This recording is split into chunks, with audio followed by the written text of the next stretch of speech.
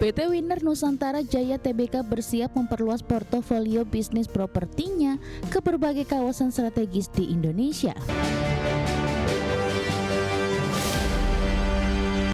PT Winner Nusantara Jaya Tbk mengumumkan rencana peluncuran 10 proyek properti baru secara bertahap sepanjang semester 2 2026. Melalui ekspansi ke kawasan Yogyakarta dan Jawa Tengah ini, WINR membidik target marketing sales sebesar 880 miliar rupiah. PT Winner Nusantara Jaya Tbk bersiap memperluas portofolio bisnis propertinya ke berbagai kawasan strategis di Indonesia. Emiten berkode saham WINR ini meluncurkan 10 proyek baru sepanjang semester 2 2026. Direktur Utama Winner Yusman Leo menjelaskan bahwa pemilihan lokasi difokuskan di daerah istimewa Yogyakarta dan Jawa Tengah yang didukung pertumbuhan ekonomi serta konektivitas infrastruktur solid. Melalui peluncuran 10 proyek tersebut, Perseroan optimistis dapat mengantongi pra-penjualan atau marketing sales sebesar 880 miliar rupiah. Manajemen menilai potensi pasar di wilayah Yogyakarta dan Jawa Tengah sangat tinggi seiring meningkatnya investasi kawasan industri, sektor pendidikan, serta pariwisata. Setiap proyek dilancar dengan mengedepankan efisiensi, inovasi, serta prinsip keberlanjutan untuk memberikan nilai tambah bagi investor. Selain memperkuat kinerja keuangan Perseroan, pengembangan 10 proyek baru yang diharapkan mampu memberikan dampak ekonomi signifikan bagi masyarakat sekitar. Selama proses pembangunan hingga operasional, proyek Winner diproyeksikan menyerap tenaga kerja lokal serta memicu pertumbuhan sektor konstruksi, perdagangan, dan jasa. Kedepan Perseroan terus mengevaluasi peluang ekspansi ke kawasan strategis lainnya di Pulau Jawa. Berbagai sumber, IDX Channel. Informasi selanjutnya, pemirsa, PT Bayan Resources Tbk memberikan klarifikasi atas rumor rencana akuisisi Perseroan oleh pemilik John Lynn Group yakni Haji Isam. Di tengah beredarnya rumor pengambil alihan mayoritas saham tersebut, harga saham BYAN sempat melonjak tajam hingga 44%. PT Bayan Resources Tbk merespon kabar pasar terkait isu pembelian 62,2% saham Perseroan oleh pengusaha asal Kalimantan Selatan Haji Isam. Berdasarkan surat jawaban resmi kepada Bursa Efek Indonesia, Corporate Secretary Bayan, Jenny Quantero, menegaskan Perseroan tidak mengetahui adanya rencana akuisisi oleh John Lynn Group. Kendati demikian, pengendali Perseroan Dato Lo Takwang mengaku selalu terbuka terhadap peluang investasi yang mampu memaksimalkan nilai perusahaan.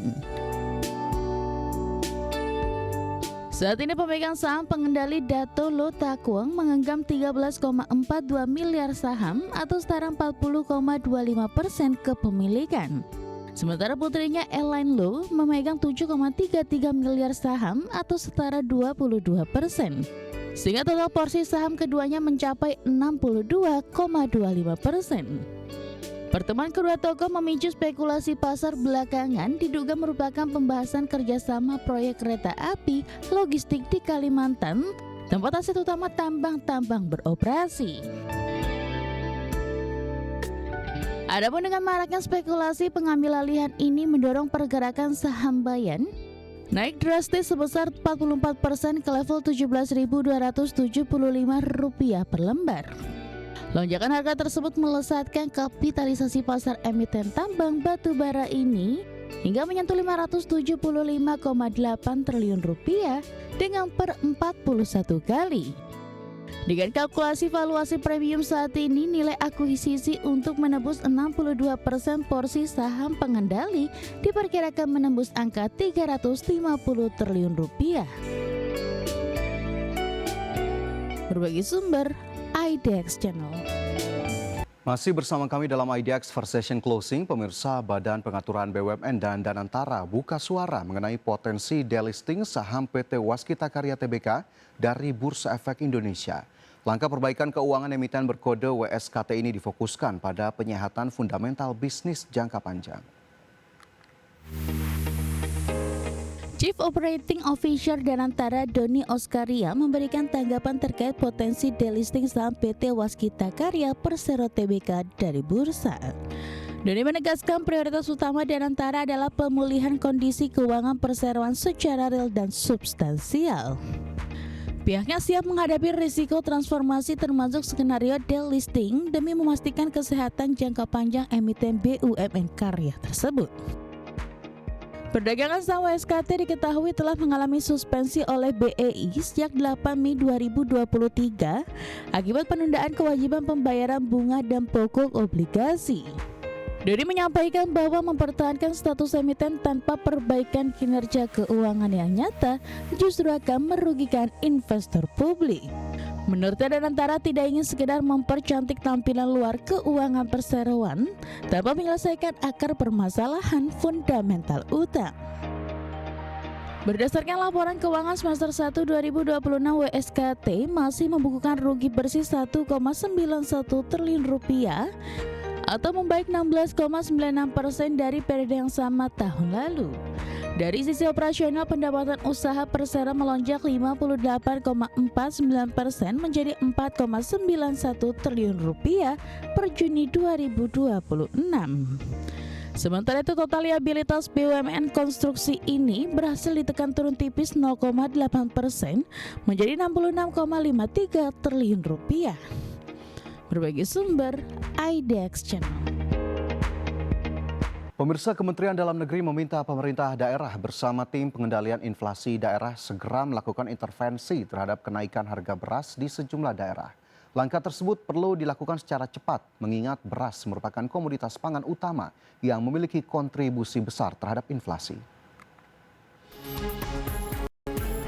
Sekretaris Jenderal Kementerian Dalam Negeri Tumsi Tohir meminta pemerintah daerah bersama tim pengendalian inflasi daerah atau TPID segera melakukan intervensi terhadap kenaikan harga beras di sejumlah daerah. Langkah tersebut perlu dilakukan secara cepat mengingat beras merupakan komoditas pangan utama yang memiliki kontribusi besar terhadap inflasi. Tumsi menyoroti kenaikan harga beras di sejumlah daerah, terutama di Kabupaten Bone Bolango yang mencapai sekitar 13% dan Kabupaten Pohuwato yang mendekati 10%.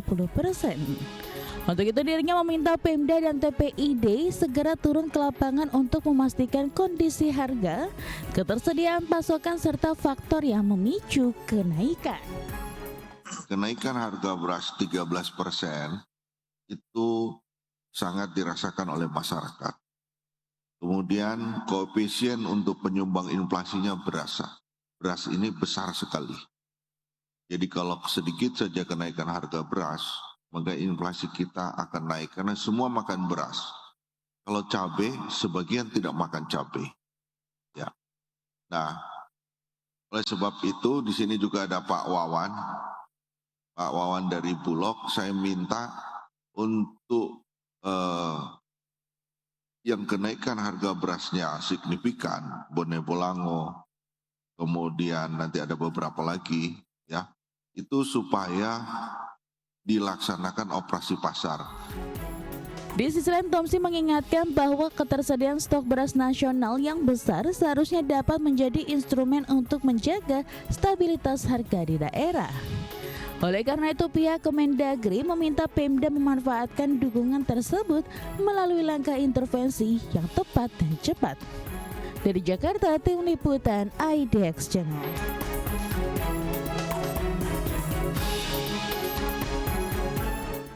Menteri Keuangan Purbaya Yudi Sadewa memastikan pengalihan status kepegawaian pegawai pemerintah dengan perjanjian kerja atau P3K yang berprofesi sebagai guru menjadi pegawai pemerintah pusat tidak akan mengganggu keberlanjutan fiskal, di mana pemerintah telah menyiapkan anggaran untuk mendukung kebijakan tersebut. Purbaya menjelaskan perhitungan anggaran telah dilakukan agar kebijakan pengalihan status kepegawaian guru tetap menjaga kondisi fiskal.